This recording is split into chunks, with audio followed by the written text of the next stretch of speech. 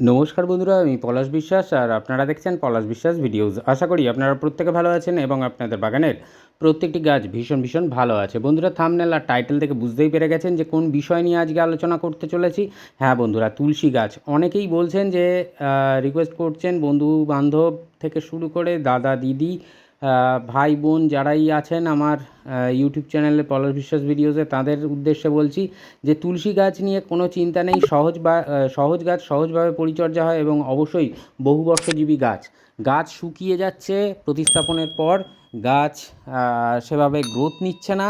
তো আজকের ডিটেলসে সব বলে দেব যে কি পরিচর্যা করতে হবে তুলসী গাছের কোন সময়, বিশেষ করে এই বর্ষাকালে, এবং তার পাশাপাশি আপনারা কিভাবে এই তুলসী গাছের কেয়ার নেওয়ার পরপর আপনারা কিভাবে গাছ প্রতিস্থাপন করবেন সেটাও কিন্তু আজকের দেখিয়ে দেবো হাতে কলমে।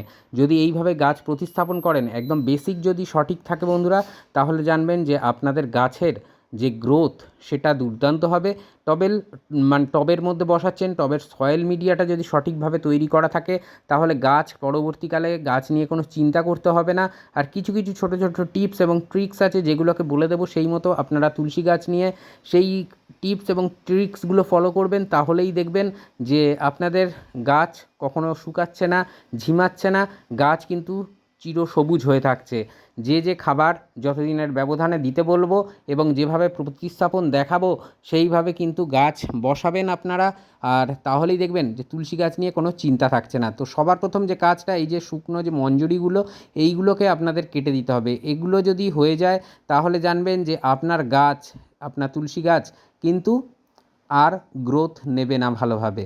তো এইগুলো শুকনো হওয়ার সময় হোক বা যখন আসছে একদম প্রাথমিক অবস্থায়, এই মঞ্জরি যখনই দেখতে পাবেন গাছকে পিঞ্চ করে দেবেন, এবং যত বেশি পিঞ্চ করবেন গাছ কিন্তু ঠিক এইভাবে ততটাই ঝোপালো হবে যতটা স্ক্রিনে দেখতে পাচ্ছেন।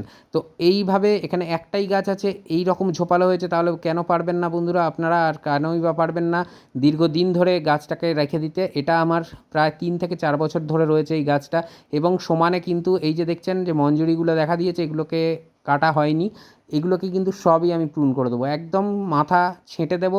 তাহলেই দেখবেন যে আবার কিন্তু এই গাছ নতুনভাবে পাতা বের হচ্ছে, নতুন শাখা বেরোচ্ছে। আর দেখুন, ছোট্ট টব, যখন কোনো চারা গাছ বসাবেন তুলসী গাছের, কখনোই একেবারে প্রথমে বড় টবে দিয়ে দেবেন না, ছোট টব, ছোট টব ব্যবহার করতে হবে। আর অবশ্যই সেটা তুলসী গাছের আয়তন অনুযায়ী যেন সামান্য বড় হয়, এরকম তুলসী গাছ, এই রকম টবে আপনারা তুলসী গাছ প্রতিস্থাপন করবেন। পরবর্তীকালে যখন গাছটি বড় হয়ে যাবে, ঝোপালো হয়ে যাবে, তখন তুলে আলাদা দিতে পারেন। অনেকে কিন্তু তুলসী গাছের বনসাইও করতে পারেন, খুব সুন্দর লাগে দেখতে। আর অবশ্যই আমরা সকলেই প্রায় প্রত্যেকের বাড়িতেই আধ্যাত্মিকতার জন্য তুলসী গাছকে রাখি।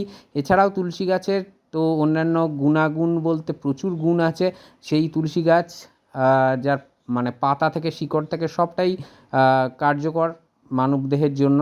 তো এমনকি বাতাস পরিশুদ্ধকারীও প্ল্যান্ট হিসাবে ব্যবহার করা হয়। তো এই জন্য আমি বলবো যে তুলসী গাছের দেখুন এই যে 3টে, মানে জল জল জমাটা একেবারে পছন্দ নয়। তো এই কাজটাই সবার প্রথমে করতে হবে। দেখুন যে টবে একটা হোল ছিল, আমি আরও 2টো হোল বানিয়ে নিয়েছি।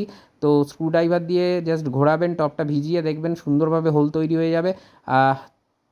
ঢেউ খেলানো খোলামকুচি জাস্ট দিয়ে আপনারা কিন্তু আটকে নেবেন এই মানে ছিদ্রগুলোকে। এবারে দেখিয়ে দিই এটা মাটি আর কি কি উপাদান নিতে হবে এবং কতটা পরিমাণে আমরা নেব। যে টব আমরা ব্যবহার করছি তার প্রায় 70% আমরা নিয়ে নেব গার্ডেন সয়েল। তবে গার্ডেন সয়েলটা এইরকম যেরকম দেখছেন, এই রকম যেন ঝুরঝুরে আকারের হয়। এই ঝুরঝুরে মাটি হলে তাহলে 70% নেব, আর না হলে কিন্তু আমরা 60% টবের ভরবো মাটি, তার সাথে 10% বালি অ্যাড করতে হবে। যেহেতু আমারটা একেবারে তৈরি মাটি, ঝুরঝুরে মাটি একদম, সেই জন্য আমি কিন্তু বালি অ্যাড করছি না বা বালি মেশাচ্ছি না। বালিটা যারা মেশাবেন, শক্ত মাটি হলে তারা বালি মেশাবেন, সেটাকে অন্তত বার 3-4 বালিটাকে ধুয়ে নেবেন, নিয়ে 60% মাটির সাথে 10% বালি, আর বাদ বাকিটা কম্পোস্ট, 30% কম্পোস্ট দিয়ে দেবেন। আমি এখানে 70% গার্ডেন সয়েল বা মাটি নিয়ে নিয়েছি। এই মাটির সাথে যেটা মিশিয়ে নেব ভার্মি কম্পোস্ট, আর যাদের কাছে পুরনো গোবর সার অর্থাৎ 1 বছরের পুরনো গোবর সার আছে তারা কিন্তু এই ভার্মির বদলে গোবর সার নিতে পারেন। গোবর সারে কিন্তু দুর্দান্ত রেজাল্ট পাবেন আপনারা তুলসী গাছ থেকে, এটা আমি বলে দিলাম। আর অবশ্যই কী কী খাবার দেবো প্রতিস্থাপনের পরেই আমি বলে দিচ্ছি বা দেখিয়ে দিচ্ছি। তো দেখুন মাপটা ঠিক এইভাবে করে নিচ্ছি। আর গাছ প্রতিস্থাপন করবেন যখন তার থেকে অন্তত মানে কিনারা থেকে টবের মিডিয়া যেন অন্তত 3 থেকে 4 ইঞ্চি বা 3 ইঞ্চি, অন্তত কমপক্ষে 3 ইঞ্চি থেকে 2 ইঞ্চি থেকে 3 ইঞ্চি যেন ডাউন থাকে, এরকম বুঝে কিন্তু আমাদের সয়েল মিডিয়াটা বানাতে হবে। পরবর্তীকালে খাবার দেবো উপরে, তার পরবর্তীকালে জল দেওয়ার ক্ষেত্রে বলুন বা বিভিন্ন ক্ষেত্রে এরকম একটা কিন্তু নিচুতে গাছ বসানোর ব্যাপারটা আপনারা রাখবেন, এটা সব গাছের ক্ষেত্রে বলছি। তো দেখুন এখানে মাটি এবং কম্পোস্ট আমি নিয়েছি, যেটা আপনারা চাইলে গোবর সার 1 বছরের পুরনো দিতে পারেন, খুব ভালো রেজাল্ট হবে।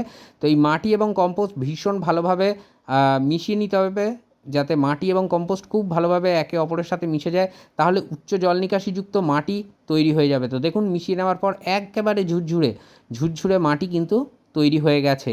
তো এই রকমভাবেই ঝুরঝুরে মাটি আমরা তৈরি করে নেব। ড্রেনেজ হোলের মুখগুলো জাস্ট এরম হালকা মানে ঢেউ খেলানো খোলামকুচি দিয়ে আটকে দেবো। তো এর ওপরে বালি চালার পাথর দিয়ে বেড তৈরি করতে পারতাম, কিন্তু কেন করলাম না, কারণ এই গাছটা বর্ষাকাল দ্রুততার সাথে গাছের বৃদ্ধি হবে এবং পরবর্তীকালে আমাকে কিন্তু বড় টবে প্রতিস্থাপন করতে হবে। যখনই বড় টবে প্রতিস্থাপন করব আমি কিন্তু এই যে ঢেউ খেলানো খোলামকুচি দিয়ে ড্রেনেজ হোল আটকালাম, তারপর বালি চালার পাথর দেব এবং তারপর বালি দিয়ে একটা আস্তরণ তৈরি করব। তারপরে কিন্তু এই গার্ডেন সয়েল, যেভাবে মিক্সড গার্ডেন সয়েলটা দেখালাম, এইভাবে আমাদের দিতে হবে। তো এইখানে যেহেতু টব থেকে রিপোর্ট হয়ে যাবে মোটামুটি 1 মাস থেকে 1.5 মাসের মধ্যে, সেই জন্য আর বালি বা অন্য যে বালি চালার পাথর ওই দিয়ে একটা বেড মতন যেটা বানানোর সেটা বানালাম না। তো এই তুলসী গাছটা প্রতিস্থাপন করব, এটা জাস্ট হয়েছিল আমার বাড়িতে, তো সাইডে তো বেড়ে যাচ্ছিল, লম্বা হয়ে যাচ্ছিল, তো কেননা এটাকে বসিয়ে দেবো আর একটা সুন্দর তুলসী গাছ তৈরি করে নেওয়ার জন্য। তো তুলসী গাছ বাড়িতে যত থাকবে ভালো দেখবেন, এর যে সুবাস সেটাও ভালো লাগে, এর পাতার ঘ্রাণের পাশাপাশি এর পাতার উপকারিতা প্রত্যেকেরই জানা আছে আমাদের। আর সম্পূর্ণ অর্গ্যানিক পদ্ধতিতেই তুলসী গাছে খাবার দেবেন, ঘরোয়া পদ্ধতি মেনে খাবার দেবেন, দেখবেন খুব ভালো রেজাল্ট আপনারা কিন্তু তুলসী গাছ থেকে পেয়ে যাচ্ছেন। তো গাছটি বসিয়ে নিলাম প্রথমে, নিয়ে এবারে কিন্তু গোড়ায় যে মানে উদ্বৃত্ত যে মাটি সেটা দিয়ে কিন্তু চাপা দিয়ে দেব। তো চেপে দিয়ে যে কাজটা করতে হবে তুলসী গাছে, টবে গাছ বসালে যে গাছ লম্বা হয়ে যাবে ঢেঙা একদম টংটঙে, তো এরকম দেখতে মোটেও ভালো লাগে না। যেটা ভালো লাগে সেটা কি, যে বুশি গাছ, ঝোপালো গাছ যদি টবে হয় তাহলে সেটা কিন্তু দেখতে ভালো লাগে। তো এই মাটি এবং তুলসী গাছের প্রতিস্থাপন করার পাশাপাশি যেটা করতে হবে, মাথাটাকে কেটে দিতে হবে কাঁচি দিয়ে গাছের। তো যখনই আপনি মাথাটা কেটে দেবেন তখনই যে সাইড থেকে যে ছোটো ছোটো ডালগুলো সেগুলো তখন বড় হতে থাকবে, তারপর সেগুলোকে পিঞ্চ করবেন, জাস্ট চিমটি কাটার মতন পিঞ্চ করে করে দেবেন, তাহলে দেখবেন খুব ভালো রেজাল্ট আপনারা পাবেন।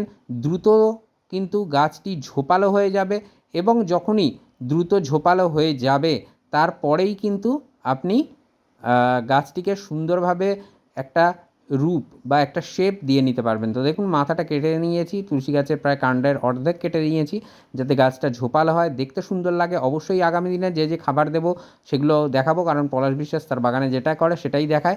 তো এই তুলসী গাছটা আজকে প্রতিস্থাপন করলাম, সেটা দেখালাম, কীভাবে সয়েল মিডিয়া বানালাম দেখালাম। তো এরপরে যে যে খাবার কতদিন বাদে দেবো, প্রতিস্থাপন হলো তার 15 দিন পরে আমরা যে খাবারটা দিতে থাকবো সপ্তাহে একবার করে, সেটা হচ্ছে তুলসী গাছের জন্য অমৃতসম।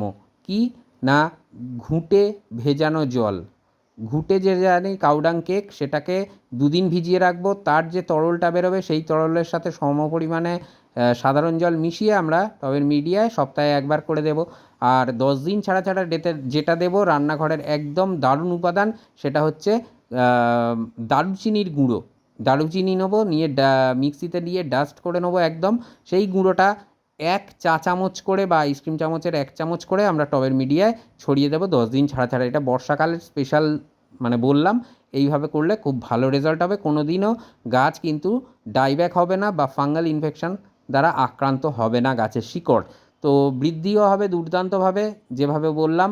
আর অবশ্যই গাছটিকে যদি আপনারা সবজির খোসা পচানো জল দিতে থাকেন বা দিতে চান তাহলে কিন্তু দিতে পারেন। সেটা এই বর্ষাকালে মোটামুটি 15 দিন মানে মাসে 2 বার দিলে ঠিক আছে। না হলে বর্ষাকালে এমনি বৃষ্টির জলে কিন্তু প্রচুর নাইট্রোজেন এবং মাইক্রোনিউট্রিয়েন্ট থাকে, যেটা কিনা তুলসী গাছের জন্য সাফিসিয়েন্ট। অর্থাৎ আলাদা করে এক্সট্রা খাবার দিতে হবে না, এই জাস্ট ঘুঁটে ভেজানো জলটা দিন আর ওই দারুচিনির যে ডাস্ট বললাম ওটা দিয়ে যান 10 দিন ছাড়া ছাড়া, তাহলেই আপনার তুলসী গাছ সম্পূর্ণ হয়ে যাবে পরিচর্যায়। তো আশা করি ভালো লাগলো ভিডিওটা, যদি লাগে ভালো সবার মাঝে শেয়ার করে দেবেন। আর অবশ্যই যারা চ্যানেলটি এখনও সাবস্ক্রাইব করেনি তাদেরকে বলবো চ্যানেলটি সাবস্ক্রাইব করে পাশে থাকা বেল আইকনটা প্রেস করে অল করে দেবেন, যাতে প্রত্যেকটা নোটিফিকেশান আপনার মোবাইল, কম্পিউটার অথবা টিভি স্ক্রিনে পৌঁছে যায়। মন থাক চিরসবুজ, পৃথিবী হোক সবুজময়, এই বলে আজকে এখানেই সমাপ্ত করছি। আবার আসছি আগামীকাল নতুন কোনো গাছের পরিচর্যা বিষয়ক ভিডিও নিয়ে। খুব ভালো থাকবেন সকলে। Happy gardening. নমস্কার বন্ধুরা।